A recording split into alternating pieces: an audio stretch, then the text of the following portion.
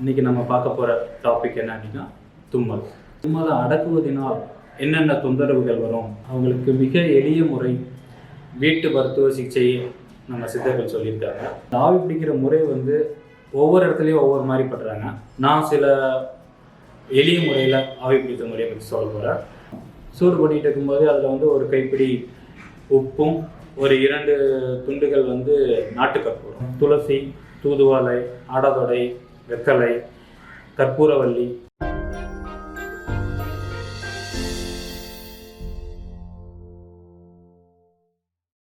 பதினெண்டு சித்தர்களுக்கும் என் முதற்கண் வணக்கம். நான் சித்த மருத்துவர் சரவணசிவா. லிவ் ரைட்டுடன் மக்களுக்கான அவேர்னஸ் வீடியோக்கள் கொடுப்பதில் இணைந்து செயலாற்றுவதிலும் மிக்க மகிழ்ச்சி அடைகிறேன். இன்றைக்கி நம்ம பார்க்க போகிற டாபிக் என்ன அப்படின்னா தும்மல். தும்மல் அப்படிங்கிறது நம்ம மூக்கின் வழியாக ஏதாவது தூசுகளோ இல்லை கார வகையான பொடிகள் அந்த மாதிரி ஏதாவது மூக்குக்குள்ளே போனால் அதனை வெளியேற்றுவதற்காக வருவதுதான் தும்மல். இந்த தும்மலை நம்ம சில பேரை பொது இடங்களில் தும்மும்போது அதை அடக்குவதற்கான முயற்சிகள் செய்வாங்க. அந்த மாதிரி தும்மலை அடக்குவதனால் என்னென்ன தொந்தரவுகள் வரும் அப்படிங்கிறத சித்தர்கள் முன்னாடியே பாடல்கள் மூலமாக விளக்கியிருக்காங்க. தும்மலை கரைத்தான் செய்தார் தொகுத்திடும் தலைநோயின்றான், இன்மை இன்புரியம் எல்லாம் இயல்புடன் தெரிவித்தலாகும், செம்மையில் முகமளித்தல் தீரவை அரைவாதங்கள், வெம்மையாம் வாயு கொண்டால் விளைந்திடும் குணங்களாமே இப்படின்னு சொல்லி சித்தர்கள் அந்த காலத்திலே இந்த தும்மல் அடைக்கினா என்னென்ன தொந்தரவுகள் வரும் அப்படின்னு சொல்லியிருக்காங்க. என்ன சொல்லியிருக்காங்க அப்படின்னா, தும்மலை அடக்கினால் தலைகணம், தலை சுற்றல், தலைமயக்கம் இது போன்ற பிரச்சனைகள் வரும். அது மட்டும் இல்லாமல் கண், காது, மூக்கு, வாய் போன்றவற்றிலும் சில பிரச்சனைகள் வருவதற்கான வாய்ப்புகள் உண்டு.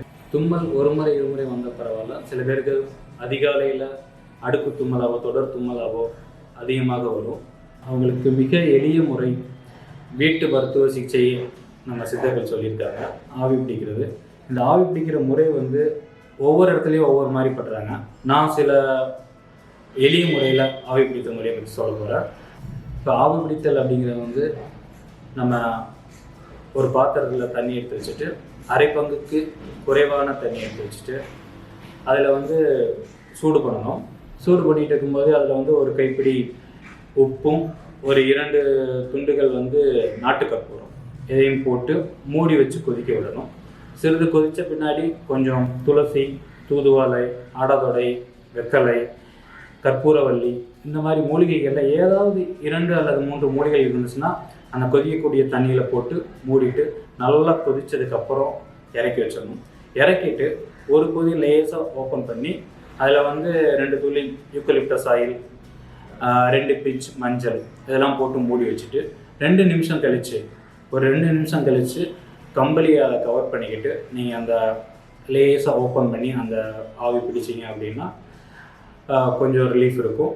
அது இல்லாமல் ஆவி பிடிக்கும்போது அதில் இருக்கக்கூடிய ஒரு ஆவியை நீங்கள் மூக்கு வழியாக சுவாசிக்கணும். மூக்கு வழியாக இன்ஹேல் பண்ணி சுவாசித்து நம்ம நுரையீரல் வரை அந்த ஆவி சென்று வருவதற்கான முயற்சி நம்ம பண்ணணும். அப்படி பண்ணால் நம்ம நுரையீரலில் உள்ள சளிக்கிருமினால் தொற்று ஏற்பட்டிருந்தாலும் அதுவும் சரியாகும்.